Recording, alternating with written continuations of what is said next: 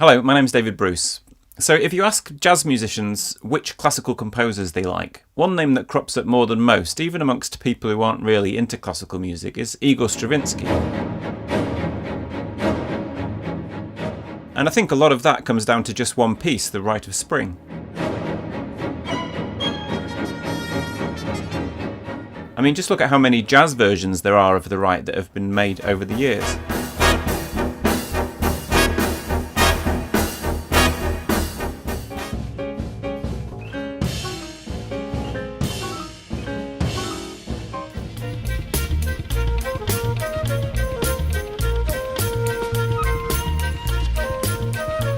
Stravinsky's career happened in almost exact parallel to the rise of jazz. His first orchestral works emerged during the years of ragtime, and he died in 1971 as Miles Davis and Herbie Hancock were releasing some of their classic jazz fusion albums. Many of the most celebrated jazz musicians, particularly from the more experimental periods of jazz, from Charlie Parker to Charles Mingus to Ornette Coleman, have all expressed an interest in Stravinsky, and numerous of them have quoted famous passages from Stravinsky's in their solos. Here's a particularly prominent sampling of the opening of the Rite of Spring from Ornette Coleman's Sleep Talking.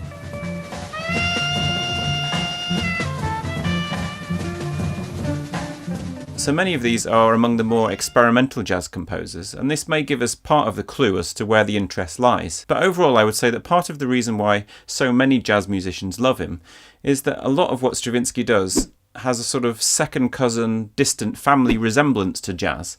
It's close enough to jazz that a jazz musician recognises something familiar, but it's also different enough that it can lead you into areas of music and ways of thinking about music that you might not have discovered without Stravinsky's help.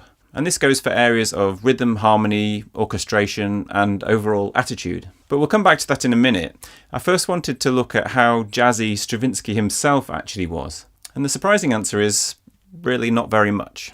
I mean, think of two of the main distinguishing features of jazz: improvisation and swing. Improvisation just doesn't exist in any of Stravinsky's works. It was all precisely notated. But that's perhaps not so unexpected. But think about swing. If anything defines Stravinsky's style, it's that straight, unswung pulse. And that goes for works right across his career, from the violent string pulses in the Augurs of Spring, through to the opening of the 1966 Requiem Canticles.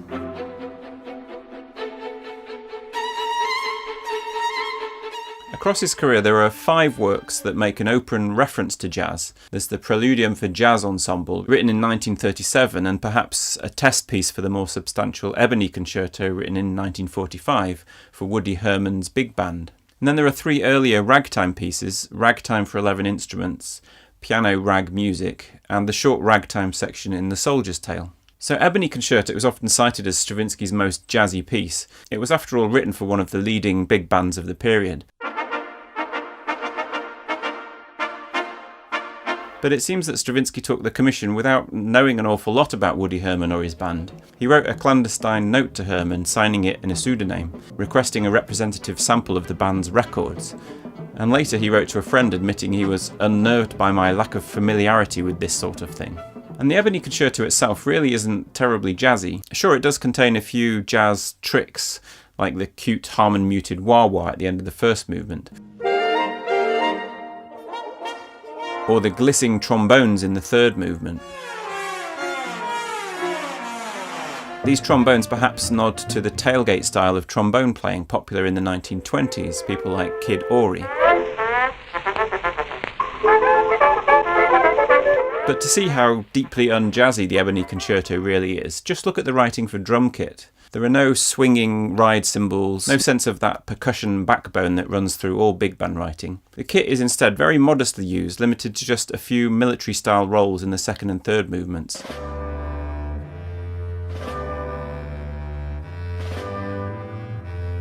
And a passage just for tom-toms in the first.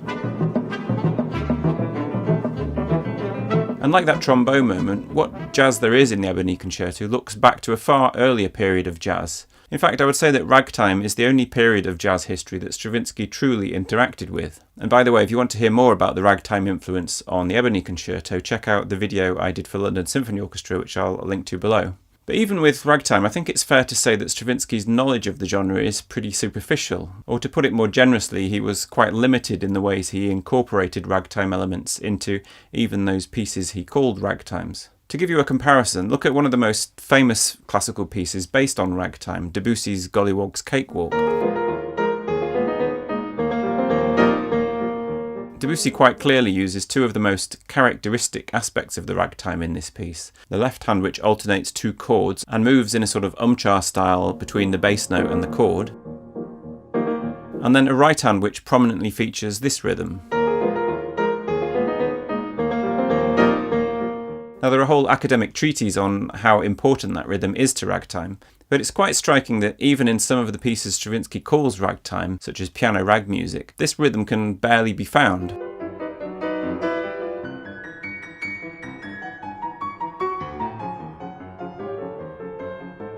In this piece, the main characteristics Stravinsky's music has in common with ragtime can be summarised as offbeat chord stabs, those umchars, and melodies that play with on-beat, off-beat rhythmic tensions.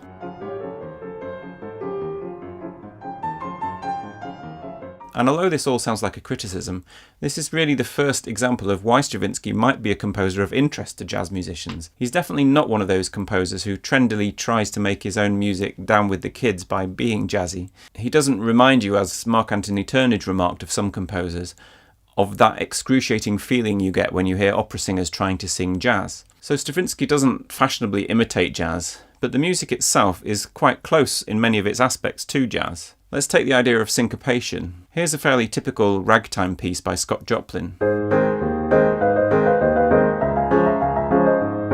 The left hand has that typical two-chord umchar pattern we talked about, and against the umchar we have syncopation in the right hand, syncopation which sometimes falls on the 8th note, sometimes on the 16th note. In fact, if we remove what are essentially on-beat passing notes in the right hand, you can see how syncopated the passage really is.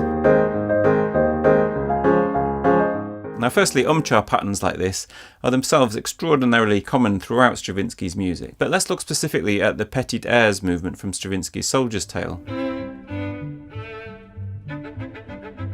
The bass throughout repeats a pattern of 4 8th notes, just like in the Joplin example, but against it, Stravinsky plays all kinds of tricks so that the perceived downbeat is sometimes on the G, sometimes on the A. And Stravinsky doubles the aural game playing by confusing our perception of where the tonic note is as well, which sometimes seems to be the G and sometimes the A. This game playing is very typical of Stravinsky. So although this piece sounds very little like ragtime, in essence it's doing something quite similar, syncopated ideas over a constant repeating 4-note bass pattern. So similar, but expanded into whole new horizons. So for someone from the jazz world, it's relatable, but mind-expanding at the same time. In terms of harmonies, when you take away the orchestration, it's often quite surprising how jazzy parts of the Rite of Spring sound.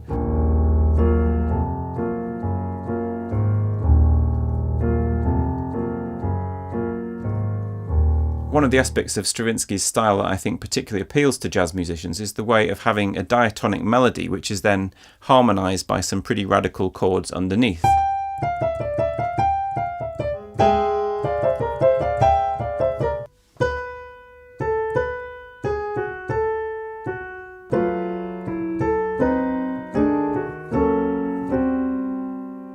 If you want to learn more about Stravinsky's use of harmony in the Ebony Concerto, check out the video I did on that a few weeks ago. Now, a lot of this comes back to that experimentation. Jazz musicians in the second half of the 20th century in particular were exploring more complex chords and modes, and many of the kinds of techniques Stravinsky used were natural areas to explore. It's interesting to compare this with the Second Viennese school, the 12-tone composers like Schoenberg and Webern. Their music has been much less influential on jazz, and a large part of this, I think, is because of the way it's moved away from tonality altogether.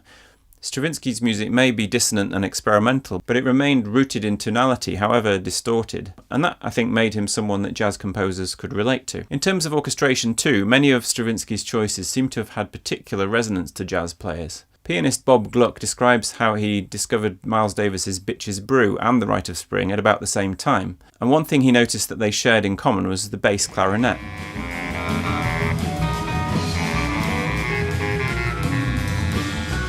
It's true that the use of the high bassoon at the opening of the Rite of Spring is one of its most famous moments, but for Gluck it was the bass clarinet that was most significant, either operating as a sort of grist grinding away with repeating patterns in the lower register,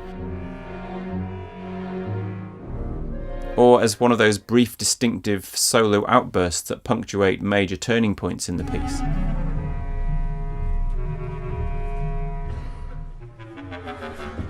And I think he's right that you could say this makes it one of the most distinctive elements in the sound world of the whole piece. As Gluck says, like Bitches Brew, the Rite had a brew all of its own. Passages where various instruments are layered, each playing its own line, interweaving or simply juxtaposed with the others. The texture is transparent so that each individual instrument can be heard with clarity, yet what matters most is the overall sound of the ensemble.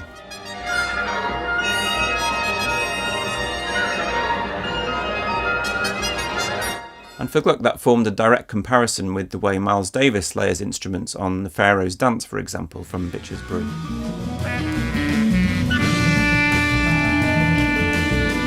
The other aspect of Stravinsky's orchestration that relates to jazz, particularly in the Rite, is the way the brass stabs punctuate a rhythmic line in a manner that's very similar to the style of some big band writing.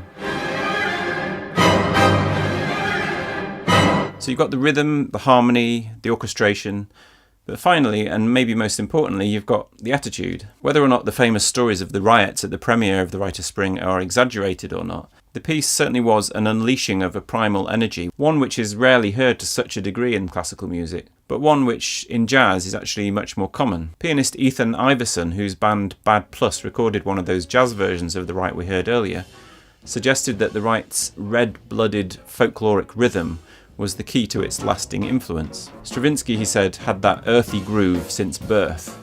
He denied it and did everything he could to keep others from getting it, but he had it, which is one of the reasons why the Rite and most of his other masterpieces will continue to gain in stature.